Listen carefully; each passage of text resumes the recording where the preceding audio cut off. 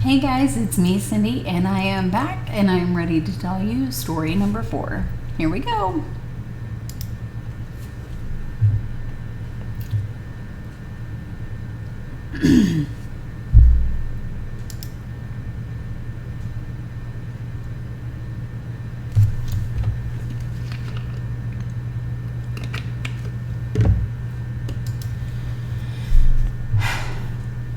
Alright, so today's story that I'm going to be sharing with you is something that happened to me when I was little.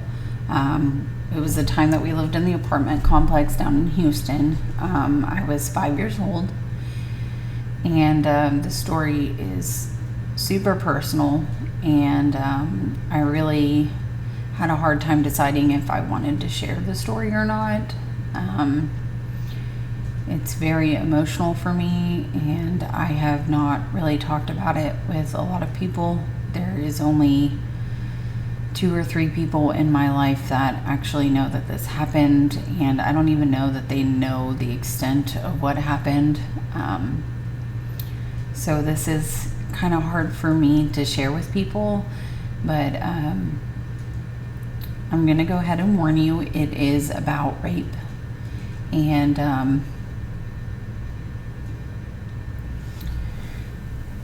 I wanted to share it because I feel like there is this, I don't even know the word for it. There's just so much around this subject, and most women who have went through it feel things like ashamed and scared and fear and regrets. Most of us blame ourselves. And I want to tell this story because I did learn a lot from this experience. It did shape a lot of who I was in my younger years. And so I'm going to go ahead and share it with you.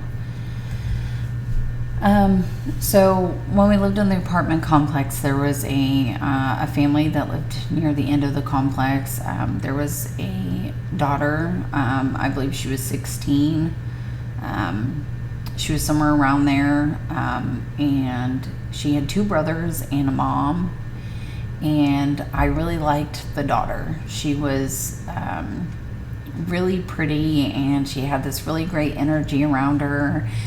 And she liked to be around me. She didn't mind me tagging along with her, and she was just fun, and we would listen to music together, and we hung out, and I just enjoyed being around her. You know, a lot of kids like being around older girls. They think it's fun.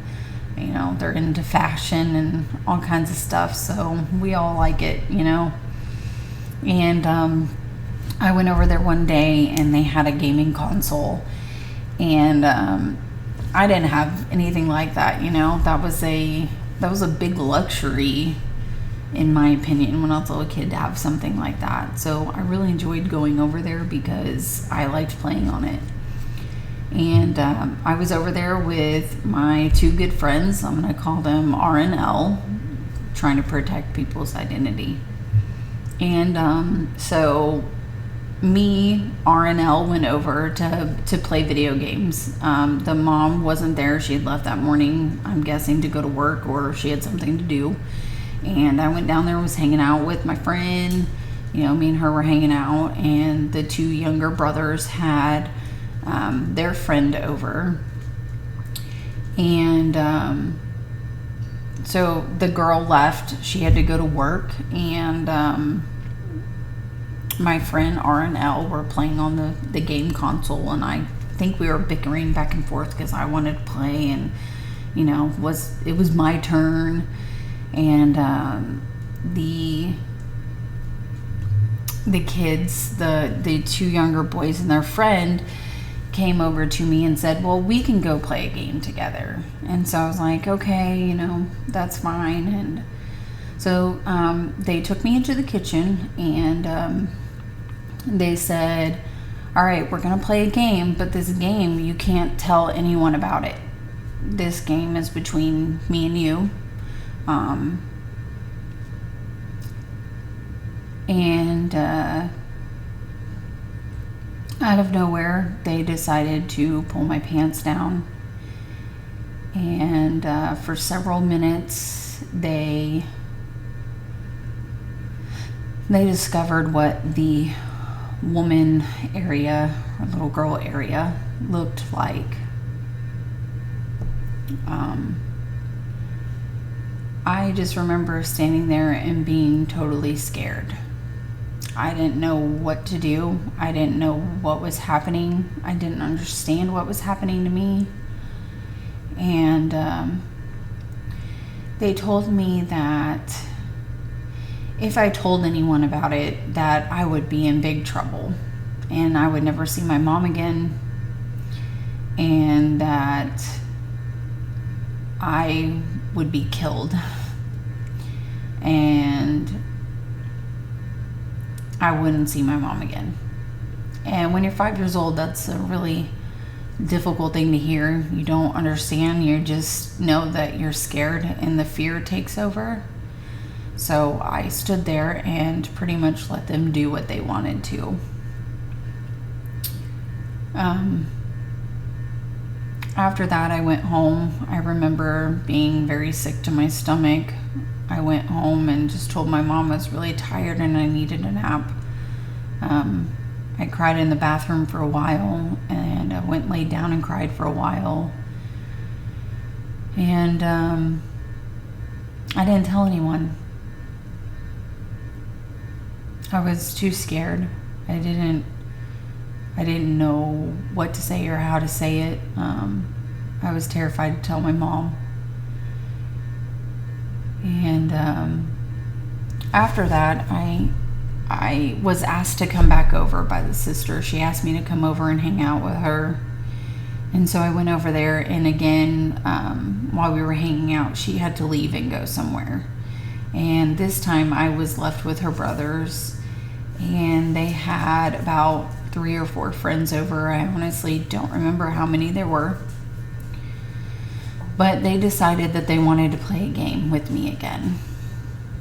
And out of that fear, I didn't know any better, and I did what they wanted, and they decided to play spin the bottle with me. And it was spin the bottle of whoever it landed on. They got to do whatever they wanted to me. And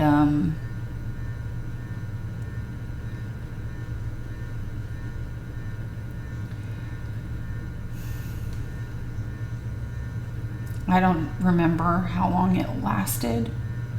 I think by that point, I just kind of went numb. Like I said, the fear took over. And I just remember praying to God that it would just stop.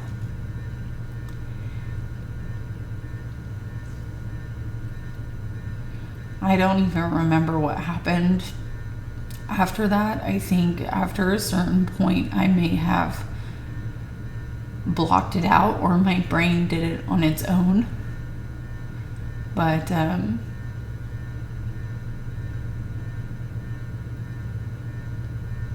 it was very hard, and it was very scary.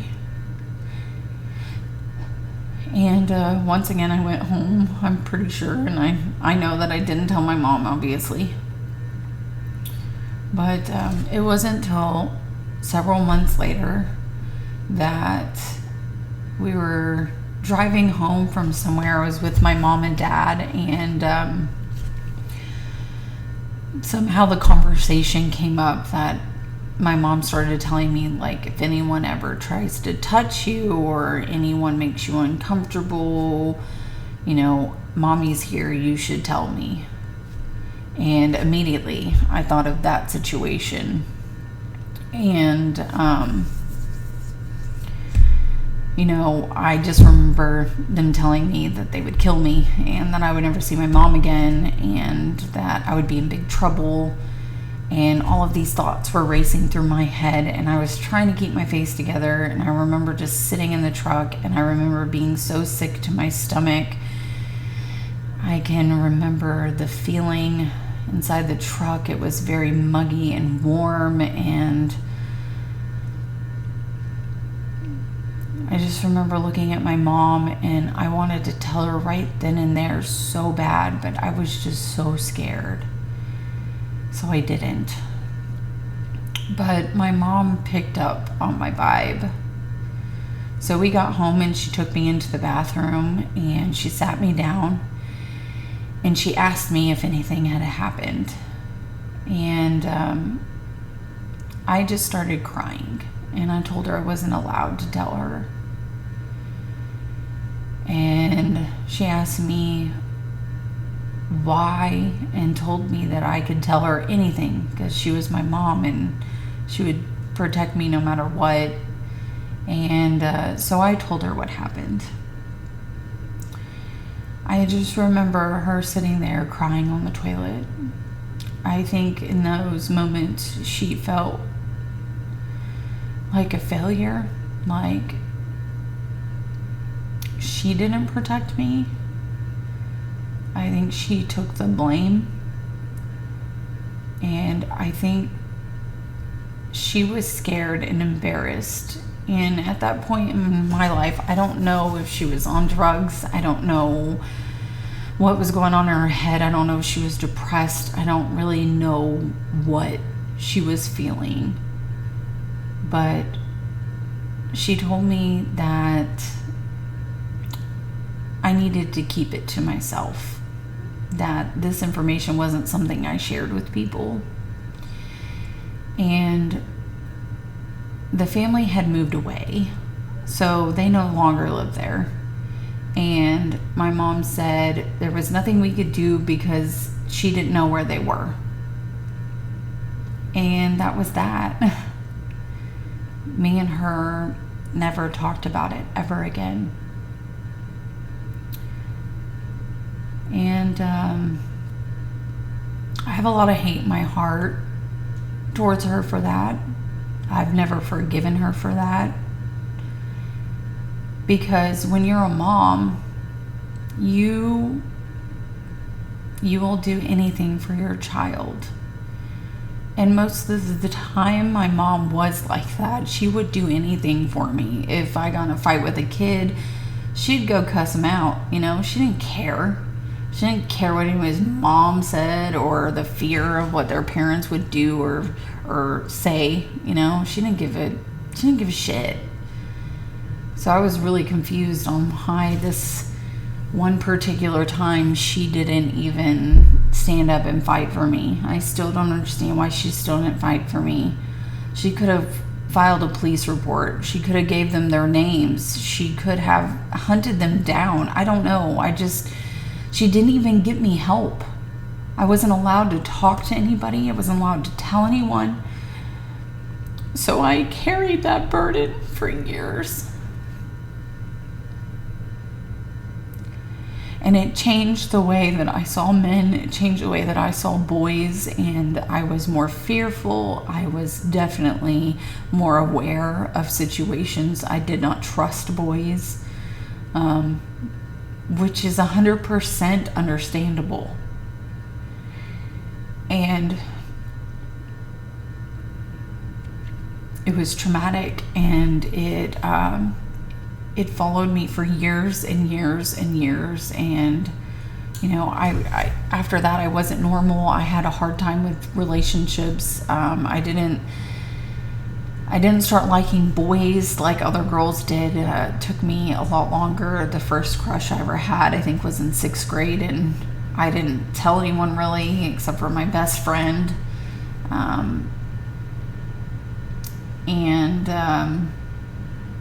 Up until high school, until my sophomore year, I didn't have quote-unquote boyfriends, and I didn't tell my crushes that I liked them. I didn't do anything. You know, everyone else around me was already experimenting with different sexual things, and if they weren't doing that, they were actually having sex already.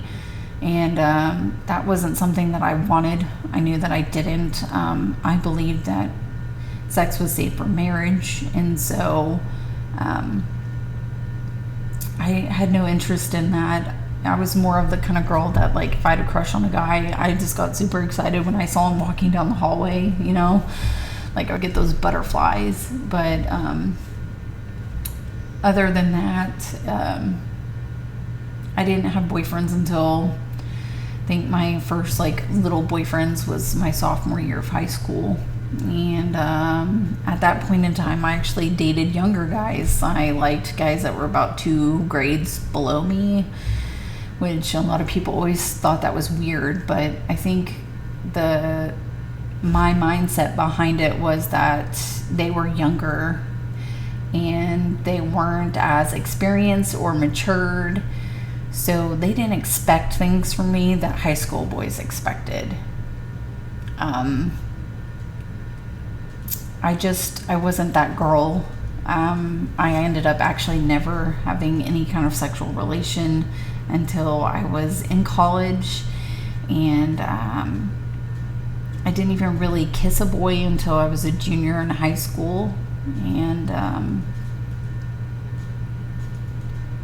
don't know, it shaped a lot of my relationships. It stayed with me forever, obviously, because I have a very hard time talking about it. And the reason I decided to share this story is because a lot of us hold it in and we take it with us, and we do let it interrupt our lives. And some of us feel ashamed and feel like it's our fault. And I did. I took on all the responsibility, all the baggage of it. I blamed myself. I felt disgusting. I felt worthless. I felt less than. And I wanted to tell my story because I don't want other women who have been in this situation or have been through anything related to sexual abuse to feel that way. It's okay to get help.